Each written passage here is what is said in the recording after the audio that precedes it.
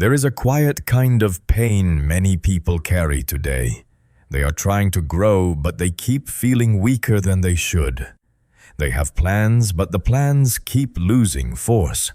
They want change, but change never seems to stay alive for long. They wake up with good intentions, yet by the middle of the day their mind is already scattered. They speak about what they want, but their life keeps moving more slowly than their words. Why does this keep happening? Why do so many people feel full of desire and empty of momentum? Part of the answer is painful but simple. Too much of their energy is leaking away before it can become results. They share too much too early with the wrong people. They let their goals become conversation before they become structure.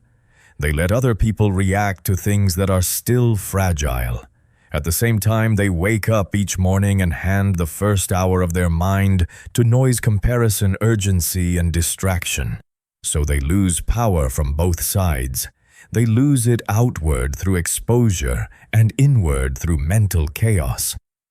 This book was built for that exact problem. Not to make you louder, not to make you look impressive, not to help you perform growth more beautifully. It was built to help you become quieter and stronger at the same time. It was built to help you protect what matters before it is fully formed, and to use the first hour of the day to rebuild your focus, your discipline, and your self-command from the inside out. That is the promise here: become more private, but more powerful. Less exposed, but more effective. Less reactive, but more directed. And within 30 days, begin to feel real progress instead of just talking about it. Think of your life as a cocoon. Your dreams are inside it. Your unfinished plans are inside it. Your difficult seasons, your rebuilding, your discipline, your new identity, your next chapter. All of it is inside. A cocoon is not beautiful because it is visible. It is powerful because it protects transformation, while transformation is still happening. If you tear it open too early, you do not help the process, you damage it. In the same way, when you expose everything too soon, you weaken what still needs silence, privacy, and time. That is why this book rests on two pillars. First, protect the sacred things in your life from careless exposure. Second, guard the first hour of the day so your mind belongs to you before it belongs to the world. These are not separate ideas. They are one system. One stops the leaking. The other builds the strength. One protects your becoming from the outside. The other trains your becoming from the inside. Self-transformation is not a performance. It is sacred work. It is often quiet, repetitive, and invisible before it becomes impressive. So do not put your cocoon on display. Protect it. Build inside it. Strengthen inside it. And when the time is right, the wings will not need help speaking for you. Chapter 1. You are not weak. You are just leaking energy. You have probably blamed yourself more times than you can count. You told yourself that you were not disciplined enough, not focused enough, not consistent enough, not strong enough. You watched other people move faster, speak louder, post more, and somehow look more certain, and you quietly concluded that something must be wrong with you. But what if that is not the truth? What if the problem is not that you were born with less power, but that your power has been leaking in 100 small directions all day long? A person can look tired and still have enormous potential. A person can look inconsistent and still have real strength. A person can feel behind and still be capable of building a remarkable life. The tragedy is that many people do not recognize the real issue. They keep trying to become more while ignoring all the places where they are losing what they already have. They try to force confidence while feeding comparison. They try to build discipline while living in constant reaction. They try to make progress while talking about their next chapter before they have even taken the first real step. Then they wonder why their drive keeps fading. Why would it not fade when so much of their inner force is being scattered? Energy does not disappear only through hard work. Sometimes it disappears through exposure. It disappears when you speak too early about something that is still fragile. It disappears when you keep checking how your life looks from the outside instead of asking how it is growing on the inside. It disappears when your mind becomes a public place where everyone's opinions, expectations, and noise can walk in freely.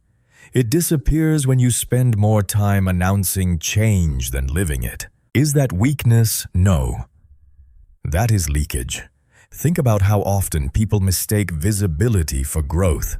They share the goal, explain the plan, hint at the big move. Talk about the comeback. Describe the future version of themselves and receive attention for it. For a moment, they feel lighter. They feel seen. They feel as if something has started, but after the conversation ends, after the likes fade, after the excitement cools down, the real work is still there waiting. The difference is that now, some of the emotional energy that should have fueled action has already been spent on expression. The self feels soothed, but the life has not moved. How many times has that happened without you fully noticing it? And it is not only oversharing that drains you. Anxiety drains you. Constant reaction drains you.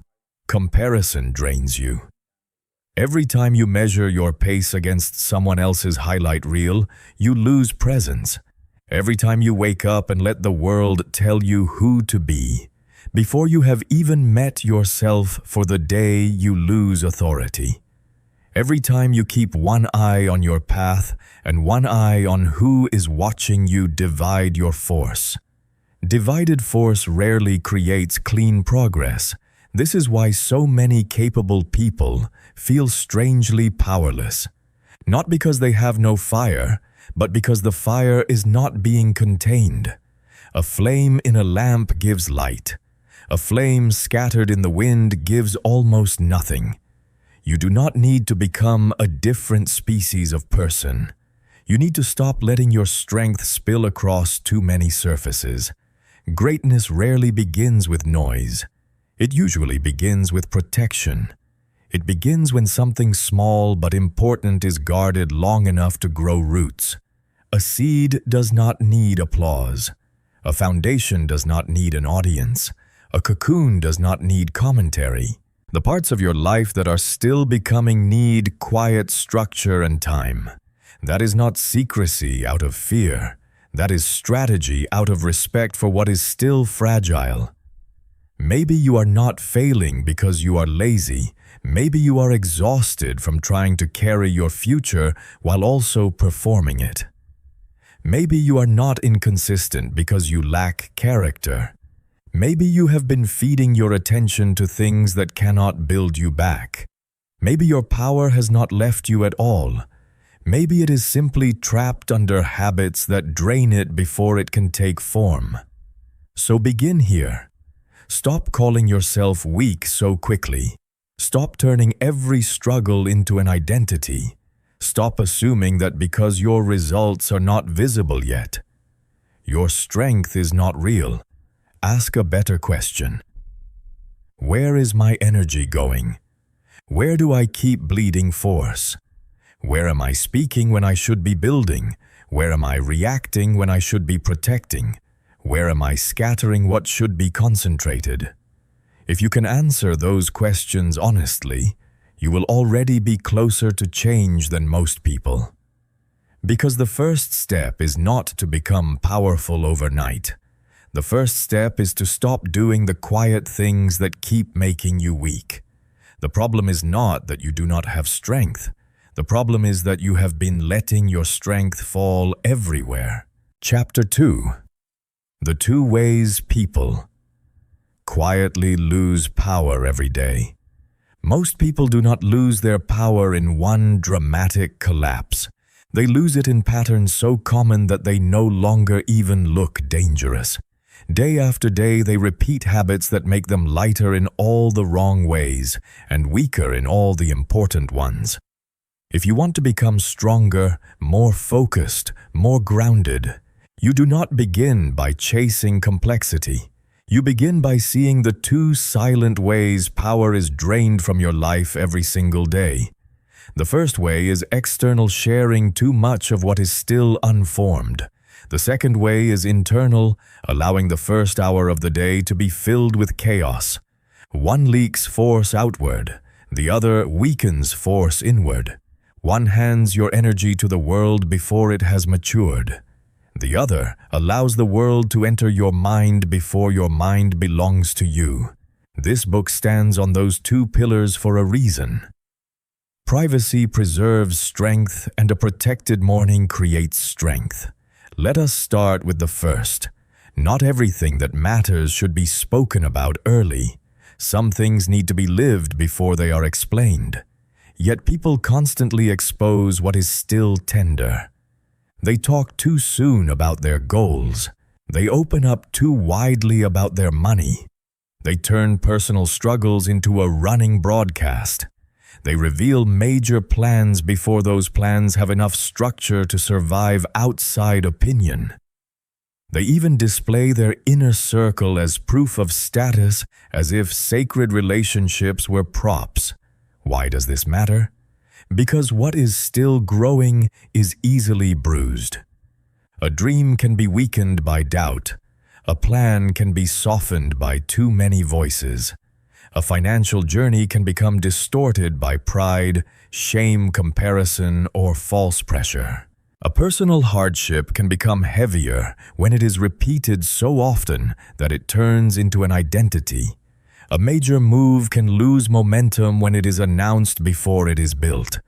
Even the people closest to you can lose their sacred place when they are used to decorate your image. What should have been protected becomes exposed. What should have been nurtured becomes discussed. What should have remained a source of strength becomes another source of noise. The impulse to share is not always evil. Sometimes it comes from excitement. Sometimes it comes from loneliness. Sometimes it comes from the hunger to be understood. But if expression keeps replacing execution, what do you really have at the end of the day? Relief, maybe. Attention, maybe. But progress. Not necessarily. This is why silence is not weakness. It is containment. It is emotional discipline. It is the decision to let the roots deepen before asking anyone to admire the tree. Now, look at the second way people lose power. They surrender the first hour of the day. They wake up and immediately open the gate. Phone, notifications, news, messages, urgent requests. Other people's priorities, other people's panic, other people's opinions. Before they have even taken one intentional breath, the mind has already been crowded. Before they have chosen a direction, they have already been pulled into reaction. Then they wonder why they feel scattered by 9 a.m. What else could happen when the most valuable mental real estate of the day is handed over without resistance? The first hour is not ordinary time. It is formative time. What enters your mind early tends to shape the emotional climate of everything that follows. If you begin with mental junk, you grow confusion. If you begin with comparison, you grow restlessness. If you begin with urgency, you grow reactivity. But if you begin with intention, you grow steadiness. If you begin with truth, you grow clarity. If you begin with practices that strengthen your mind and body, you grow command over yourself. That is the core logic. The outside world can weaken you by making you expose what should be protected. The inside world can weaken you by letting chaos enter before purpose. One makes you perform your becoming. The other makes you forget your becoming. One leaks your energy through your mouth, your posts, your explanations, your need to be seen. The other leaks your energy through your eyes, your ears, your nerves, your unguarded attention. And if both are happening at once, is it any surprise that so many people feel stuck even when they have talent? You do not need a new personality to change this. You need new boundaries. Ask yourself with brutal honesty, what am I talking about too much? What am I letting into my head too early? Which parts of my life need more privacy? Which mornings need more protection? Which habits make me feel visible but not effective? Which habits make me busy but not powerful?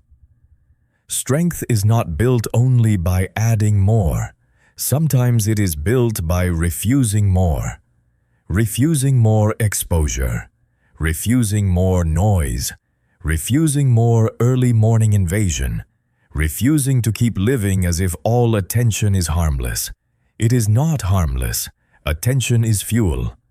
What you reveal and what you receive both shape your life. So remember the principle that will guide the rest of this journey. Stay silent to keep your force and guard your mornings to create your force. If you want to become stronger first, stop doing the things that quietly make you weaker every day. Chapter 3. The Trap of an Era, where everyone wants to be seen. We are living in an age where visibility feels like value. If people can see you, react to you, follow you, mention you, and remember your updates, it becomes dangerously easy to believe that your life is moving forward. But being seen is not the same as becoming strong. Attention is not the same as growth. Exposure is not the same as progress. And yet that confusion shapes the way many people now live. Look around and you will notice the pressure everywhere. Show what you are building. Announce what you are starting. Share what you are feeling. Turn your healing into content. Turn your ambition into updates. Turn your private process into public proof. The message is subtle but constant. If it is not visible, does it even count? If nobody knows, did it really happen? If people are not reacting, are you even making progress? That mindset is not harmless. It slowly trains you to live for witness instead of substance. The problem is not that visibility is always wrong. The problem is that when visibility becomes a need, it begins to distort the way you build your life. You stop asking, is this making me better? And start asking, how does this look? You stop protecting what is still fragile and start displaying it too early. You stop respecting the slow work of transformation and start craving signs that other people approve of it. That is how many people end up performing change more than living it. This is one of the deepest traps of the modern world. People can look active without actually advancing. They can look inspired without actually committing. They can look ambitious without actually enduring the boring, quiet, repetitive work that real growth requires. Why? Because performance gives quick emotional rewards. Real growth usually does not. Performance gets attention today.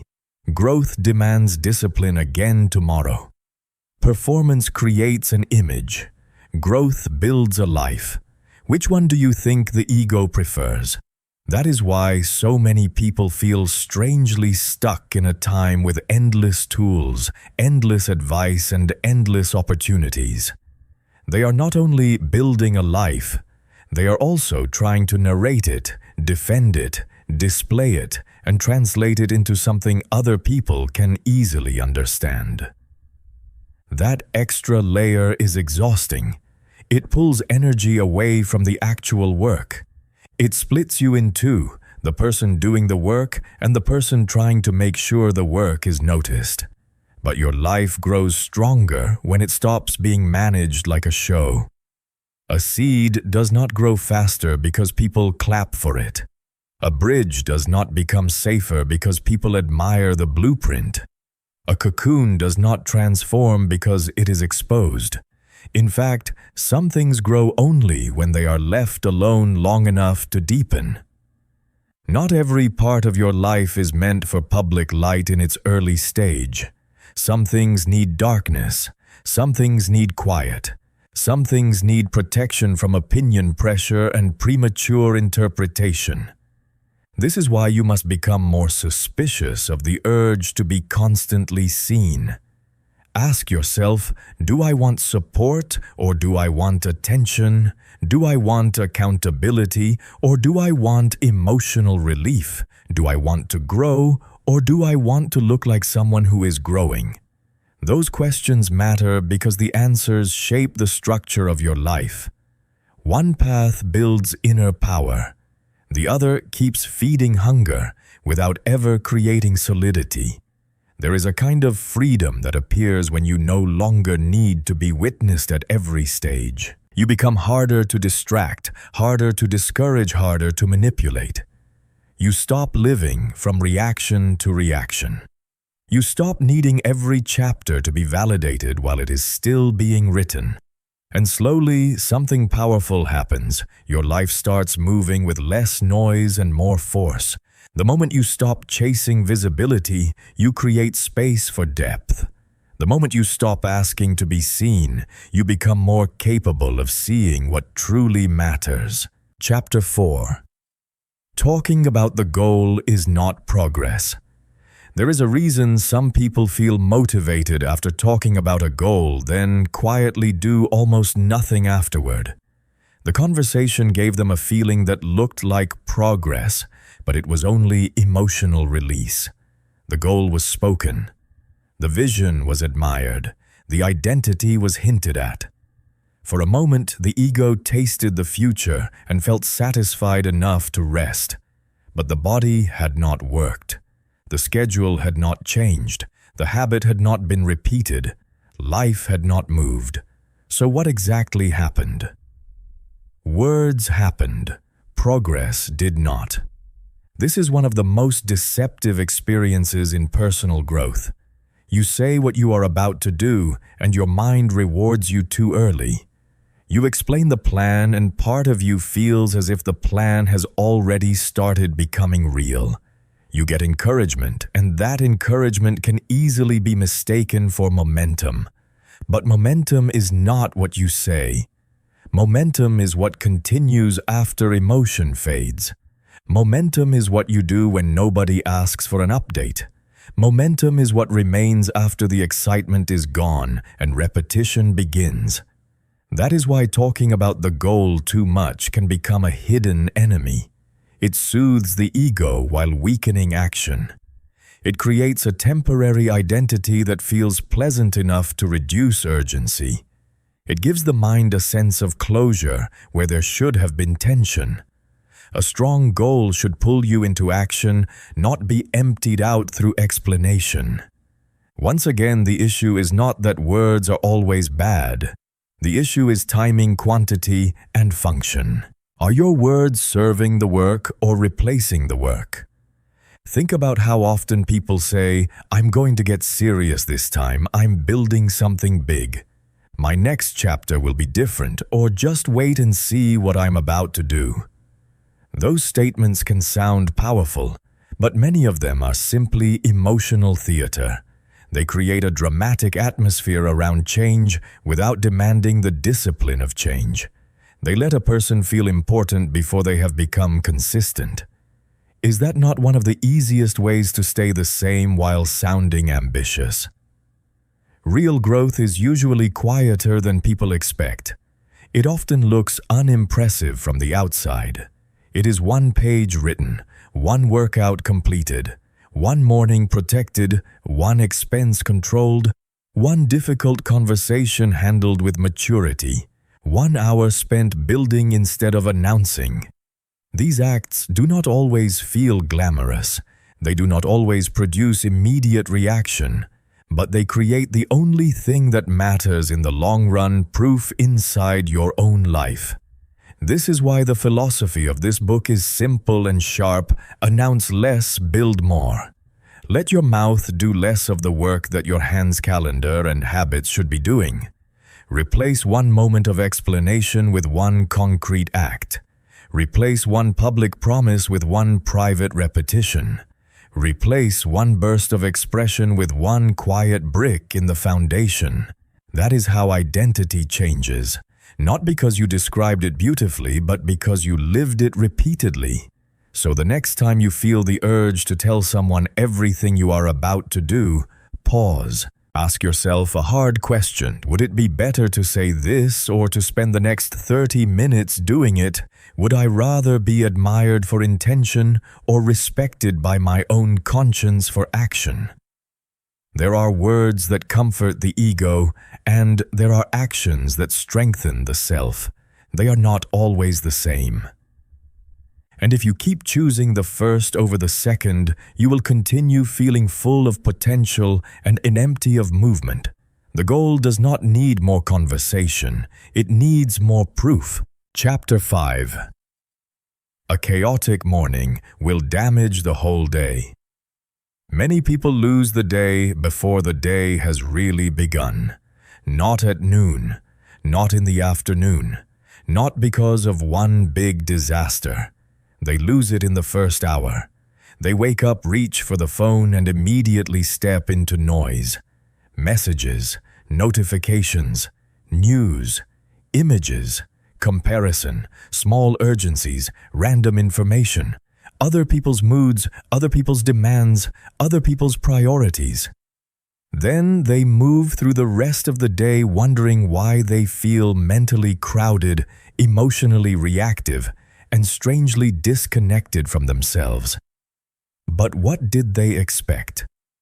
A mind that begins in chaos rarely produces clarity on command. The morning is not just the beginning of the day. It is the tone setter of the day. It is the mental soil into which the rest of your hours are planted. What you allow into your mind early does not stay small. It spreads. It shapes your emotional direction, your level of concentration, your patience, and even your decision-making. If the first thing you feed your attention is mental junk, you should not be surprised when the rest of the day feels foggy. If the first thing you feed it is urgency, you should not be surprised when you spend the whole day reacting. Seeds become patterns faster than most people realize. This is why the first hour matters so much. It is fresh, open, and unusually influential. It can be occupied by noise or it can be invested in strength. It can be handed away or it can be claimed. It can deepen confusion or it can create command. The difference between those outcomes is not talent. It is design. A chaotic morning creates invisible damage. It weakens your ability to choose deliberately. It lowers the quality of your attention. It makes you more vulnerable to distraction because the mind was never centered in the first place. It makes you easier to pull, easier to upset, easier to scatter. By contrast, a protected morning gives you something rare: self-leadership. You begin the day with your own mind still belonging to you. You enter the world from a place of intention, not from a place of invasion. And notice how this connects to everything else. When your morning is chaotic, you are more likely to seek comfort, more likely to overshare, more likely to lose your edge, more likely to postpone what matters. Why?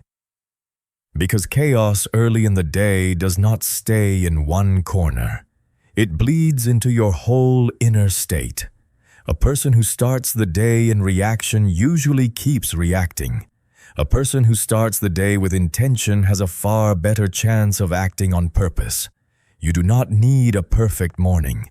You need a protected one. You do not need a 4-hour routine. You need a repeatable beginning. Even a small act of ownership matters.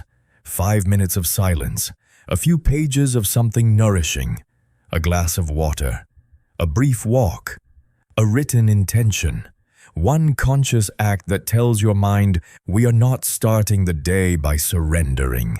That is how progress begins, not with grand statements but with repeated claims over the first hour of your life. So do not underestimate the damage of a chaotic morning. It is not a small inconvenience. It is often the hidden beginning of a weak day, a distracted week, and a reactive life. Protect the morning, and you do not just protect 60 minutes. You protect your clarity, your force, and your direction. A morning that is not guarded will usually become a day that is not led. Chapter 6. Not everything should be told. Not everything in your life needs a witness.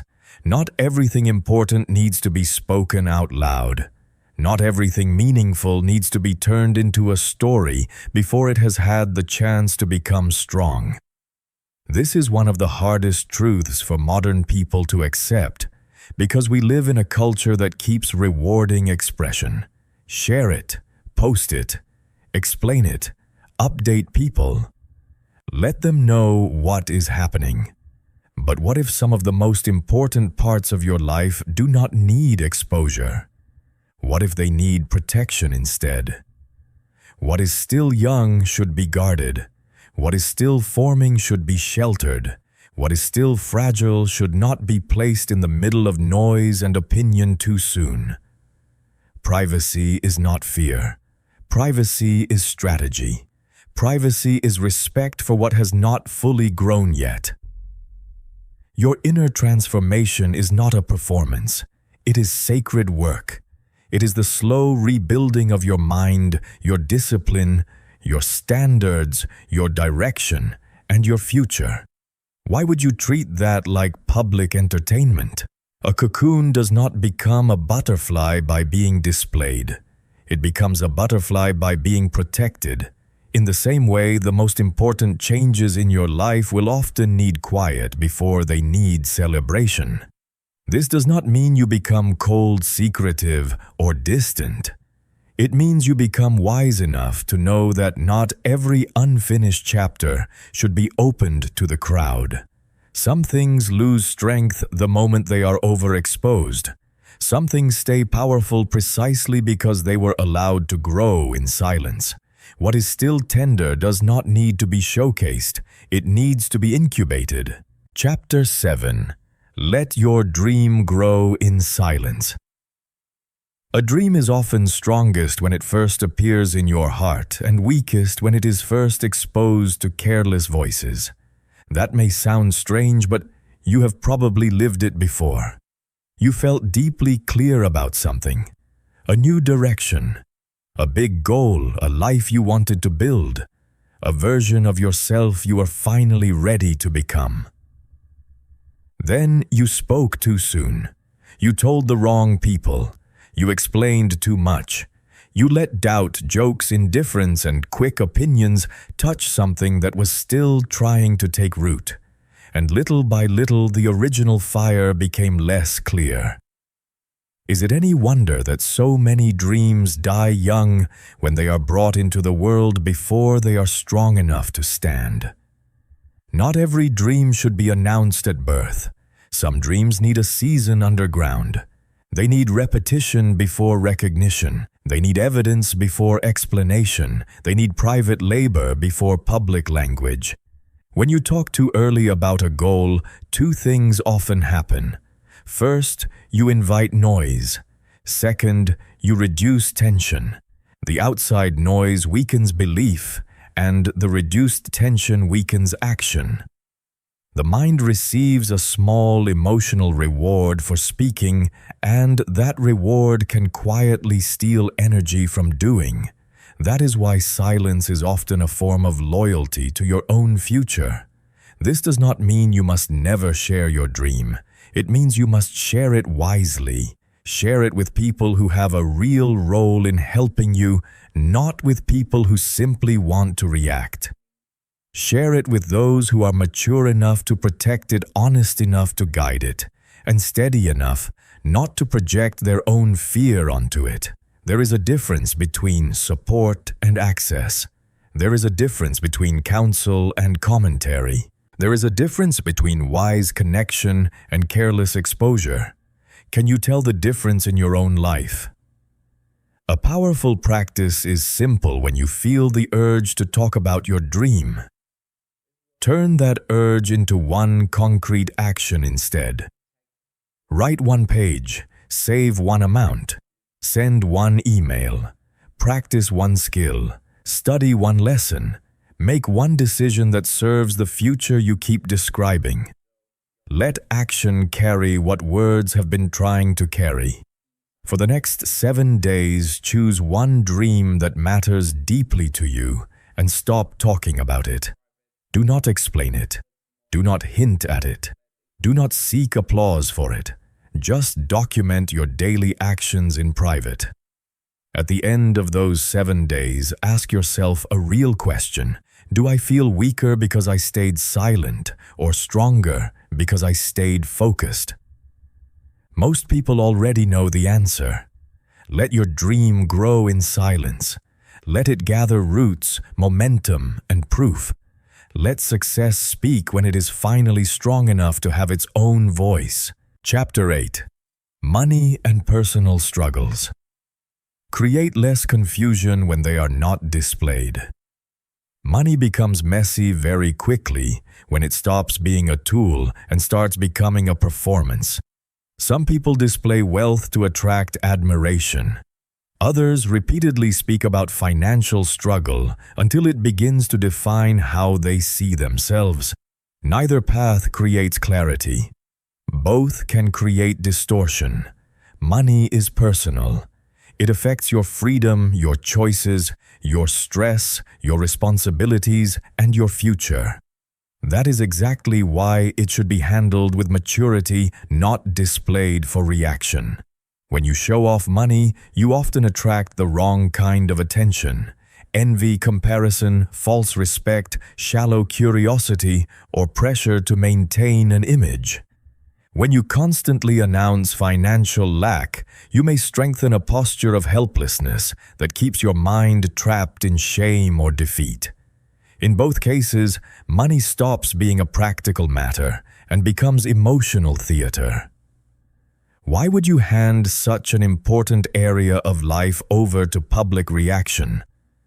The healthier view is this: money is a tool, not a measure of human worth. It is useful, influential, and important, but it is not identity. It should be managed with honesty, not dramatized for image. The more quietly and clearly you handle it, the more power you usually keep. Not because money should be hidden out of fear, but because it should be stewarded with seriousness. Build it, repair it, learn about it, protect it, but do not turn it into a stage. The same principle applies to personal struggles. There is a major difference between opening up in the right place and complaining everywhere. Opening up can be wise healing and necessary. Random emotional dumping is often something else. One is an act of responsibility. The other can become an act of leakage. If you are carrying something serious, something heavy, something beyond your ability to handle alone, seek the right help. Talk to a therapist, a counselor, a mentor, a qualified professional, or a deeply trustworthy person who can actually support you. But do not confuse indiscriminate expression with real healing. Not every listener is a safe place. Not every audience is medicine. There is another danger here. When people talk too often about their pain without moving it toward healing reflection or action, the pain can slowly become identity. They stop having a struggle and start becoming the struggle in their own mind. The hardship moves from being something they are facing to being something they are. That is a dangerous shift. Some challenges require support. Some require treatment. Some require time. But many growth struggles can also become fuel if you stop narrating them endlessly and start using them to become more disciplined, more honest, more grounded, and more awake. Pain is real, but it should not always stay in the center of the room. The more you stop placing everything in front of others for reaction, the more strength you keep for direct response. The more you protect your financial journey and place your personal difficulties in the right hands, the less confused your life becomes. You do not need everyone to know what you earn, what you lack, what hurt you, or what burden you are carrying. You need wisdom. You need the right place, the right people, and the right purpose. When you stop offering every part of your life to public interpretation, you begin to keep enough power to deal with it yourself. Chapter 9. Do not announce your next big move too early. Big moves need heat. They need pressure. They need time. They need concentration. That is why announcing them too early can quietly damage them. A major plan is like something baking in an oven. If you keep opening the door every few minutes to show people what is happening, the temperature drops, the process gets interrupted, and the result may never fully form. Why do so many people do this with their lives? They speak too early about changing careers, launching projects, moving cities, ending old patterns, starting businesses, rebuilding identity, or stepping into a new chapter. The plan may be real, but it is not ready. And once it is exposed too early, it becomes vulnerable to doubt, pressure, noise, and scattered energy. Silence protects momentum. Silence keeps the heat in. Silence lets you work without constantly converting your direction into language. That matters more than most people realize. Every time you explain an unfinished move to people who do not need to know, you create another layer of mental management. Now, you are not just building the move. You are also answering questions about it, defending it, clarifying it, and carrying the emotional residue of how people reacted. That is expensive. It costs attention, confidence, and forward motion. Why create that burden before you have built a foundation? There is also power in surprise. A quiet life can produce strong results precisely because it is not constantly previewing itself. When the move is real, when the structure exists, when the result has begun to take shape, then the announcement carries weight. Before that, it often carries risk. This is not about manipulation. It is about maturation. The point is not to hide forever. The point is to let the thing become sturdy before you expose it to the weather. Some people announce early because they want accountability, but there are better forms of accountability than public display. A private tracker, a weekly review, a mentor, a trusted friend who actually has the maturity to help, a calendar that tells the truth. Real accountability strengthens the work. Performance accountability often strengthens the image. They are not the same. Which one are you feeding? Try this practical filter with your next big move. Write down the plan clearly, then write 3 things under it: who does not need to know, yet who truly needs to know now, and what milestone must be reached before you speak more openly. That single exercise can save you from leaking force. You will notice that most people do not need access to your unfinished chapter. Their knowledge is not required for your progress. Their awareness is not your fuel. Their reaction is not your foundation. There are seasons when the wisest thing you can do is work quietly and let reality form before language does. Build first, reveal later. Hold the heat, keep the momentum, protect the move until it has enough structure to carry itself. Not every step forward needs an audience. Some of the best ones become powerful because they were allowed to happen before they were explained. Chapter 10. Your inner circle is an asset, not a prop. One of the clearest signs of maturity is how you treat the people closest to you. Your inner circle is not decoration. It is not branding material. It is not social proof. It is not a trophy shelf to make your life appear more valuable. It is an asset, a sacred one. These are the people whose presence can protect your mind, correct your blind spots, strengthen your standards, and steady you when life becomes difficult. Why would you use something that precious as a prop? A real inner circle is rare. It is made of people who are loyal, emotionally mature, willing to tell you the truth, and genuinely invested in your growth rather than your image. They do not just celebrate you when you shine. They help anchor you when you drift. They are not impressed by performance. They care about what is real. They can challenge you without humiliating you. They can support you without enabling your excuses. They can keep confidence without turning your trust into gossip. Do you know who in your life actually fits that description? When people are insecure, they often misuse relationships. They display closeness to prove worth. They turn private access into social capital. They subtly communicate, "Look who is with me," as if the presence of valuable people can replace the work of becoming valuable themselves. But real closeness loses something when it is repeatedly displayed for effect. What should remain sacred becomes transactional. What should remain rooted in gratitude becomes another tool for image building.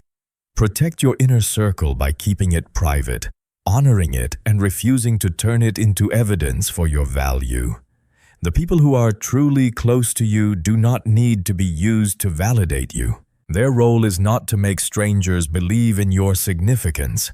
Their role is to help you live more truthfully, wisely, and strongly. The more you understand this, the more you will nurture those relationships with humility instead of spectacle. That also means you should become more selective. Not everyone who is physically near you belongs in your inner circle. Proximity is not loyalty. Familiarity is not wisdom.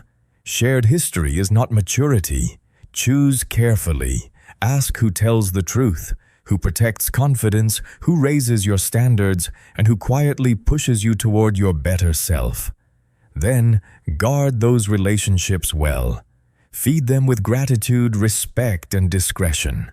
The people truly close to you do not need to be turned into proof that you matter. Their presence is already a gift. Treat it like one. Chapter 11. Be private without becoming closed off. There is an important balance you must learn here.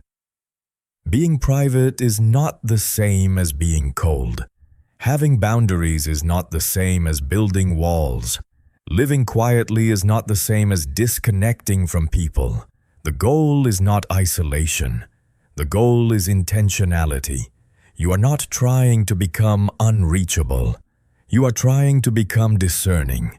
You are not trying to shut out all connection. You are trying to choose connection wisely. A mature life is not a life that tells everyone everything. It is a life that knows what to share, when to share it, and with whom. That is what healthy privacy looks like. It does not come from fear. It comes from self-respect. It comes from understanding that not every part of your life belongs in public, and not every part of your soul belongs in careless hands. Can you be warm and still have boundaries? Of course. Can you be loving and still be selective? Absolutely. Can you be open-hearted without being overexposed? That is exactly the point. So do not misunderstand this path. You are not being asked to become distant from the world. You are being invited to stop pouring yourself into places that cannot hold you well. Keep your heart human. Keep your relationships real. Keep your spirit generous. But also keep your process protected. Maturity is not telling everything. Maturity is knowing what should remain in quiet hands until the right time. Chapter 12. The first hour decides who you are for the rest of the day. The first hour of your day is never just an hour.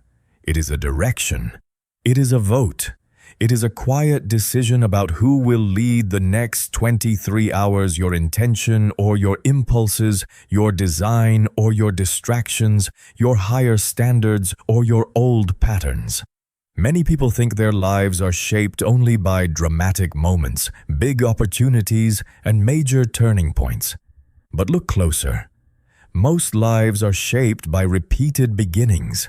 The way you start the day becomes the way you enter your work, your choices, your relationships, and your inner world.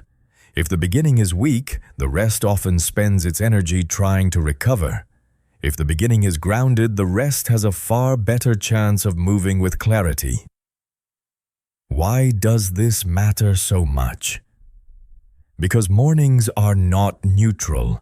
Mornings are formative. They are when the mind is still impressionable. The nervous system is still setting its rhythm, and your identity is still close enough to your hands to be shaped on purpose. What you do in that first hour does not only affect your productivity, it affects your posture toward life. A rushed beginning teaches the body to expect pressure. A distracted beginning teaches the mind to accept invasion. A passive beginning teaches the self to react. But an intentional beginning teaches something else. It teaches self-leadership. It teaches self-command. It teaches that your life is not meant to be entered by accident. Success rarely begins with a giant moment. It usually begins with a repeated ritual. 1 hour protected. 1 order repeated. 1 structure honored long enough to become identity. That is why the first hour matters so much. Not because it looks impressive, but because it keeps shaping the person who will live the rest of the day. The way you begin your mornings is often the way you are quietly shaping your life. Chapter 13. Do not let mental junk enter your mind before dawn. Before your day has even begun, something is already asking for your attention. Messages, notifications, news, reels, opinions, drama, comparison, fear, manufactured urgency. The modern world does not wait politely outside your door. It rushes toward your mind the moment you open your eyes. And if you let it in too early, it does not merely occupy a few minutes. It colors your thoughts, shifts your emotions, weakens your focus, and quietly alters the quality of the whole day. Why would you feed your mind garbage at the exact moment it is most open and impressionable? This is why mental nutrition matters. Just as your body reflects what you repeatedly eat, your mind reflects what you repeatedly consume. If the first thing entering your mind each morning is chaos, your inner world becomes easier to scatter. If the first thing entering your mind is negativity, irritation, or comparison, your emotional baseline drops before your real work has even started. Many people say they want peace, focus, strength, and direction, but every morning they begin by swallowing the opposite. Then they wonder why their thoughts feel crowded and their discipline feels weak. But discipline is harder when the mind begins in pollution. The first 15 to 30 minutes of the day should not belong to the algorithm. They should not belong to headlines designed to trigger you. They should not belong to other people's moods, crises, or performances. They should belong to your formation. This is where you consciously move the mind from reaction to intention. Instead of scrolling, read something that elevates your thinking. Instead of checking updates, listen to something that sharpens your standards. Instead of feeding confusion, revisit a note that reminds you who you are trying to become. The point is not to be perfect on command. The point is to stop beginning the day in surrender. Many people underestimate how strongly the mind obeys first input. What enters first often becomes the emotional tone setter. Read junk first, and the rest of the day can feel noisy. Read truth first, and the day begins with internal order. Consume outrage first, and reactivity grows. Consume direction first, and purpose becomes easier to hold. The first content of the day is rarely small. It is a seed, and seeds grow. So build a simple morning mental menu. Keep it fixed. Keep it easy to repeat. Choose 3 forms of input that strengthen you rather than scatter you. Maybe it is 10 minutes of reading from a serious book. 1 short audio lesson that reminds you to think clearly, and 1 written note with your values, priorities, or direction for the day. That is enough. You do not need complexity. You need quality. You need repeatability. You need a system that tells your mind before the world starts pulling on it.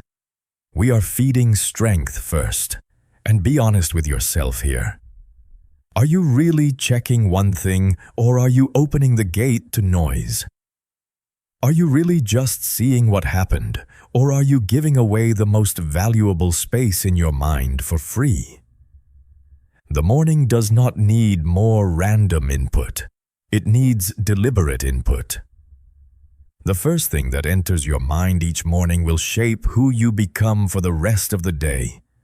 Protect that doorway. Not everything deserves to enter first. Chapter 14. The body moves first. Then willpower follows. People often speak about discipline as if it lives only in the mind.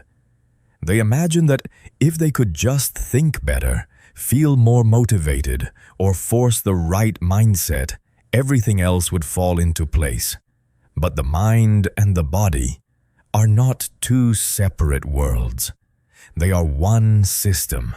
When the body is dull, heavy, stagnant, and half awake, the mind often struggles to feel sharp, brave, and directed. When the body begins to move, something inside the mind often begins to move with it. That is why physical activation in the morning is not a cosmetic habit. It is a strategic one. You do not need an extreme workout to prove seriousness. You do not need to turn your morning into a performance. In fact, one of the most common mistakes is making the routine so ambitious that it becomes fragile. The goal here is not perfection. It is consistency. 5 to 15 minutes of movement is enough to change your inner state. A brisk walk, a short stretch, a few push-ups, a quick yoga flow, a little jump rope. The exact form matters less than the repeated message it sends: my body is awake and my day has begun on purpose. Why is this so powerful? Because movement interrupts passivity. It breaks the sleepy inertia that can quietly turn into delay and delay into avoidance. It signals to the nervous system that the day is not something happening to you. It is something you are entering actively. It increases energy, improves alertness, and creates a small but important feeling of control over yourself. And that feeling matters. A person who starts the day by moving their body often feels more capable of moving the rest of their life. There is also something deeper here. Bodily discipline often pulls mental discipline behind it. When you keep small promises through physical action, your mind begins to trust you more. You said you would get up and move, and you did. That may sound minor, but identity is built on such moments. Confidence does not always come from big achievements. Sometimes it comes from repeated evidence that you can lead yourself when it would be easier not to. Many people wait to feel ready before they act. But movement teaches the opposite sequence. Act first. Energy often follows. Move first. Willpower often wakes up afterward. That is why this matters so much. The body is not a side issue in your discipline. It is one of the doors into it. If you spend your first hour motionless, collapsed, and mentally negotiating with yourself, you make the whole day heavier than it needs to be. But if you stand up, breathe deeply, stretch, walk, push, and wake the body deliberately, you create a different inner state. So choose one short movement ritual and protect it, not 5 options, not a routine that impresses strangers. One ritual you can repeat even on ordinary days because the ordinary days are the ones that shape you. When the body wakes up, willpower often wakes up more easily too. Do not wait for the perfect feeling. Give your body a signal and let the mind learn to follow. Chapter 15. Drink water, eat well. Keep the mind clear. A clear mind does not float above the body. It depends on the body. Many people want sharper thinking, better decisions, steadier emotions, and stronger self-control, yet they ignore the most basic physical supports that make those things easier.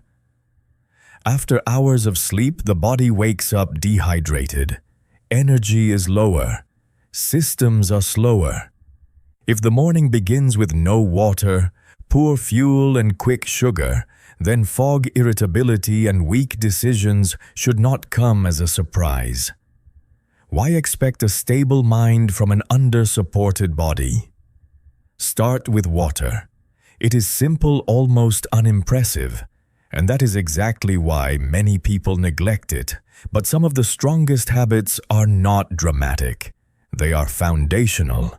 Drinking water soon after waking is one of the fastest ways to help the body shift from sleep to function. It is a signal that the system is being cared for, not dragged into the day half empty. This alone can change how awake, settled, and mentally present you feel in the first hours. Then comes food. Not food as comfort, not food as reward, not food as mindless reaction. Food as fuel. The goal is steady energy, not a brief spike followed by heaviness and decline. That usually means choosing what helps the body sustain alertness, protein, complex carbohydrates, and healthy fats. Real nourishment, not quick excitement. Simple sugar may feel convenient, but it often creates the wrong kind of beginning. A short lift, then a crash. A cloudy head, an unstable mood, weaker patience, poorer decisions. The body becomes harder to govern and the mind often follows. This does not mean you need a perfect diet by sunrise. It means you should stop pretending that what you put into your body has no effect on the quality of your thinking. It does. More than many people want to admit. Your attention is not just psychological. Your emotional steadiness is not just philosophical. Your ability to act with maturity is affected by whether your body has been supported or neglected. There is wisdom in treating the morning as preparation rather than emergency. Water first, then food that serves the day rather than sabotages it. Ask a practical question. Does this breakfast create steady energy, or does it create noise inside my body? Does it support clear thought, or does it make me more likely to become tired, impulsive, and mentally dull? Those are not small questions. They are leadership questions. A clear mind needs a properly supported body. You do not become strong only through ideas, motivation, and intentions. You become stronger when your physical system is no longer being treated carelessly. Support the body and the mind has a firmer place to stand. Chapter 16. Read your goals again. Until your mind starts moving in the same direction. Many people have goals, but their goals live too far away from their daily consciousness. They exist somewhere in the background, vaguely admired, occasionally remembered, and emotionally appreciated when life feels dramatic enough. But a goal that is only visited sometimes rarely has enough force to shape real behavior. If you want a goal to influence your day, it must stop being a distant wish and become a repeated direction. It must be seen often enough, named clearly enough, and felt concretely enough that your mind starts aligning with it instead of wandering away from it. This is why reading your goals each morning matters, not as an empty ritual, not as a magical formula, but as a form of mental programming. What is repeated with clarity begins to carve channels in the mind. What is named often becomes easier to notice, prioritize, and act toward. A goal that is read each morning has a very different chance of affecting your choices than a goal left buried in a notebook or floating somewhere in memory. Why would your life move toward a direction your mind almost never revisits on purpose? But the quality of the goal matters. It cannot remain fog.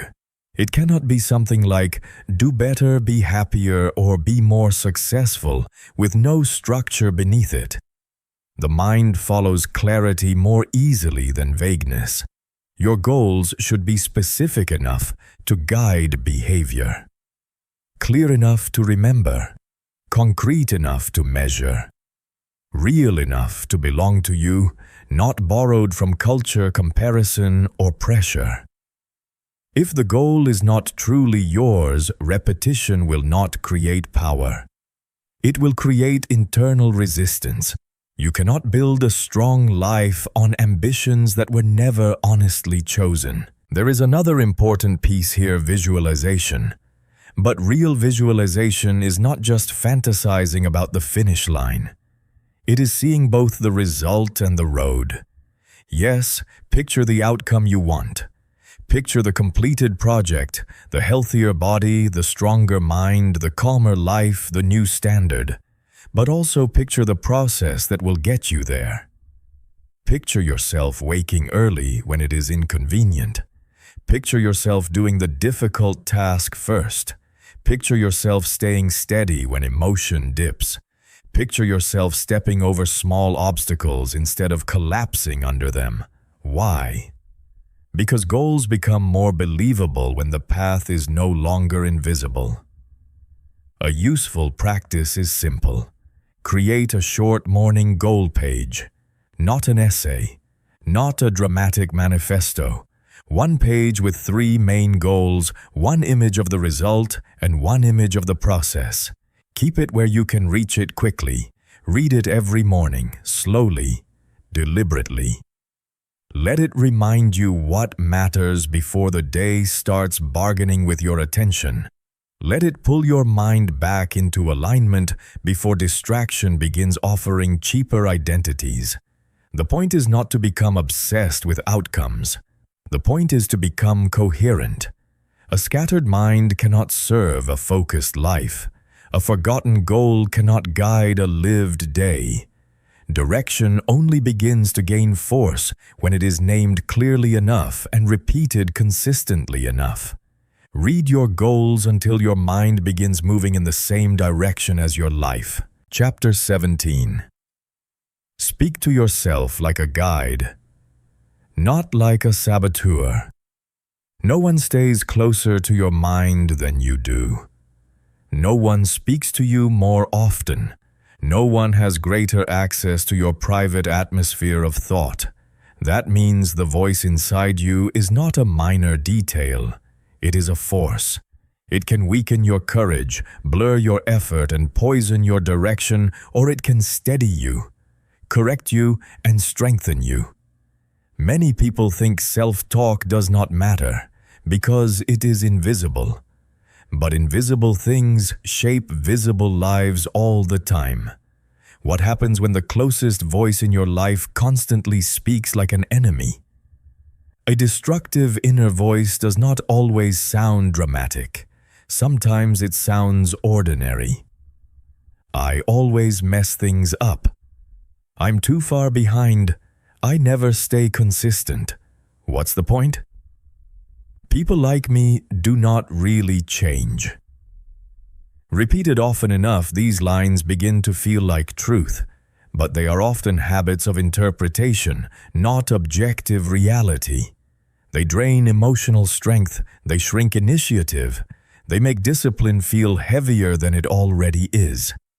And then people wonder why they keep hesitating. How could they not hesitate when the voice nearest to them keeps cutting their knees from under them? This is where gratitude and constructive self-talk become part of the morning system. Gratitude is not denial. It is not pretending everything is easy. It is not painting over pain with fake positivity. It is the deliberate act of pulling the mind out of constant scarcity, comparison, and complaint. It reminds you that life is not made only of what is missing.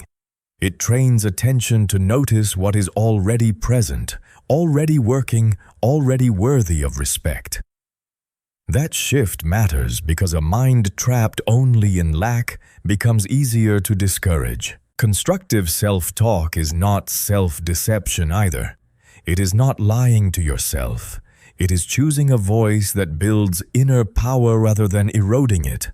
A guide does not flatter blindly, but a guide does not sabotage either. A guide tells the truth in a way that helps movement. This is hard, but I can stay with it. I am learning consistency by practicing it. I do not need perfection today. Only honesty and action. I can begin again without turning one bad moment into an identity. That is not fantasy. That is disciplined language. Think about how you would speak to a friend who is sincerely trying to grow. You would not tell them they are worthless because they slipped. You would not say their future is ruined because they had a difficult week. You would tell the truth, but in a way that helps them stand back up. So why do so many people offer more wisdom, patience, and fairness to others than to themselves?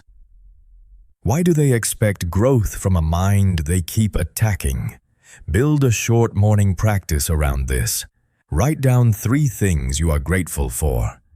Then write 1 sentence that reminds you who you are trying to be, and 1 sentence that names the action you will take today. Keep it simple. Keep it grounded. Keep it believable. The goal is not to create a performance of confidence. The goal is to create an inner ally. Because this is the truth many people miss.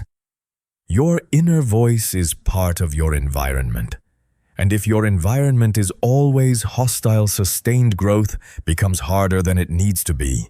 No one stays nearer to your mind than you do. That is why the voice within you must become a guide, not a saboteur. Chapter 18. The 30-Day Challenge. Say less, do more. A book only becomes useful when it turns into behavior. Insight alone does not rebuild a life. Agreement alone does not create transformation. You can underline every sentence, admire every idea, and still remain the same if nothing enters your habits. That is why this final stage must become practical. Not theoretical, not inspiring for one afternoon. Practical enough to live. For the next 30 days, the invitation is simple. Say less, do more. Protect what matters. Build what matters. Repeat what matters until it starts feeling like you. This challenge rests on the 2 pillars you have already seen clearly. First, stop carelessly sharing the 5 things that need protection. Your dream, your money, your personal struggles, your next big move, and your inner circle. Second practice, the 5 morning habits that create inner strength. Guard your mind from mental junk, move your body, drink water, and fuel yourself wisely. Read your goals and speak to yourself like a guide. Then add 1 more daily rule that ties the whole system together. Each day, replace 1 moment of talking with 1 small, concrete action. 1 less announcement, 1 more proof, 1 less explanation, 1 more brick in the foundation. To make this challenge livable, divide the 30 days into 4 stages. In week 1, focus on recognition. Notice where your energy leaks. Notice what you keep talking about too soon. Notice how often your morning is taken from you before you have claimed it. Do not rush to impress yourself. Just tell the truth. In week 2, build boundaries. Decide what will remain private. Decide what will no longer enter your mind in the first hour. Decide what habits deserve protection. In week 3, stabilize the morning ritual. Keep it simple but make it repeatable. Feed the mind well, move the body, support the system. Revisit your direction. Strengthen your inner voice. In week 4, begin integration. At that point, you are no longer just trying techniques. You are teaching your life a new pattern. You are turning practice into identity. You do not need a complicated system to track this. In fact, complexity often becomes another excuse. Use a simple checklist. Did I protect the 5 areas that need privacy today? Did I complete the 5 morning practices? Did I replace one piece of speech with one piece of action? That is enough. Quiet checkmarks can change a life when they are repeated honestly. Do not underestimate what 30 days of this can do. You may not become a completely different person overnight, but you will become harder to scatter, harder to drain, harder to pull away from yourself. That is how real transformation begins. Not by understanding more, but by repeating what is right long enough for it to become natural. Change does not come from collecting ideas. It comes from living them until they start shaping the kind of person you are. Chapter 19. When you stop putting yourself on display. Life begins to move. Something changes when you stop trying to make your life look like progress and start building progress in private. The noise drops. The mind becomes less crowded. Your energy stops being pulled in so many directions.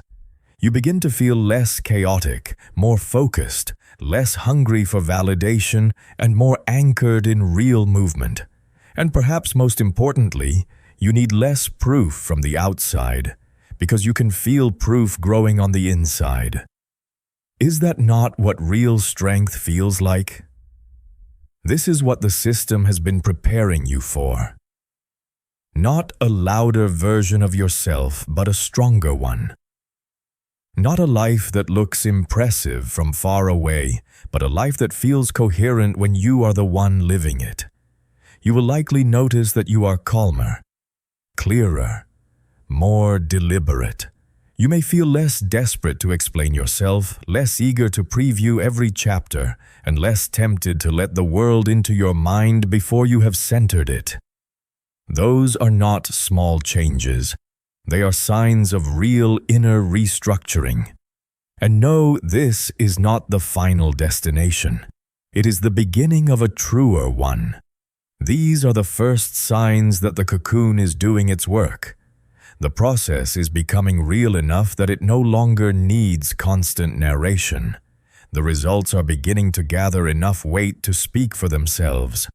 There is a moment when life starts moving differently, and it often begins the moment you stop living to be seen. The moment you stop performing your becoming, you finally begin becoming for real. Your transformation was never meant to be a show. It was never meant to be a stream of updates, explanations, and unfinished announcements. It was meant to be lived quietly, honestly, and repeatedly. What you are building in your life, your dreams, your plans, your discipline, your healing, your next chapter, is a cocoon. And a cocoon does not need an audience. It needs protection. It needs patience. It needs discipline strong enough to keep working even when nothing dramatic can yet be seen. So keep protecting what is still growing. Keep guarding your mornings.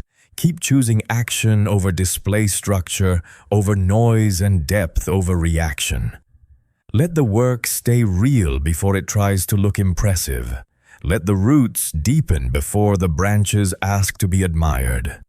And when the time is right, you will not need to force anyone to notice. The wings will speak on their own.